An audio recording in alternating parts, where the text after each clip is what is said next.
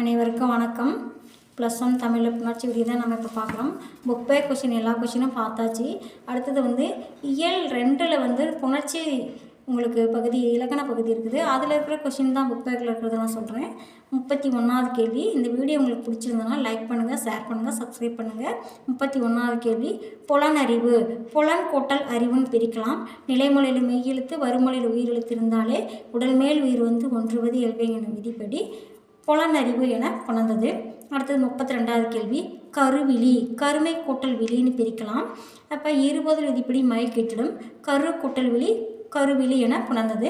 அடுத்தது 33வது கேள்வி. பாசிலை. பாசிலை எப்படி பிரிக்கலாம்? பசுமை கூட்டல் இலைன்னு பிரிக்கலாம்.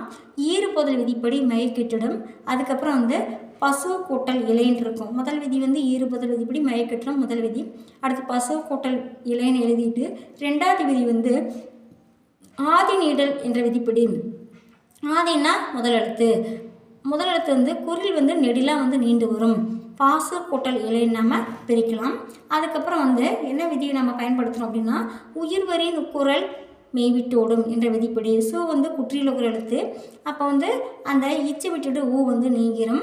அதுக்கப்புறம் உயிர்வரின் குரல் மெய்விட்டோடும் என்ற விதிப்படி அந்த ஊ நீங்கிரும்.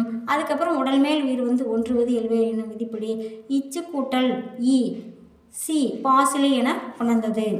அடுத்தது 34வது கேள்வி. பெருங்கடல். பெருமை கூட்டல் கடல் நாம் பிரிக்கலாம். ஈறுபொருள் விதிப்படி மை கெட்டது. அதுக்கப்புறம் மை நீங்கிட்டு ரெண்டாவது விதி இனமக்கள் என்ற விதிப்படி அந்த இடத்துல இங்கு தோன்றும். காவுக்கு இன எழுத்து இங்கு தோன்றும். பெருங்கடல் என பறந்தது. அடுத்தது 35வது கேள்வி. திரைப்படம். திரை கூட்டல் படம் நம்ம பிரிக்கலாம். அடுத்தது இயல்பாக இருக்குது இரண்டு சொற்கள். இயல்பாக இருந்தாலே எவ்வித மாற்றமும் இல்லாமல் நிலைமொழியில் மெய்யெழுத்தோ வறுமொழியில் உயிரெழுத்தோ எந்தவித மாற்றமும் இல்லை. அதனால் இயல்பினும் விதியினும் நின்ற உயிர்மன் காசா தபம் என்ற விதியை நம்ம இந்த இடத்துல பயன்படுத்தணும்.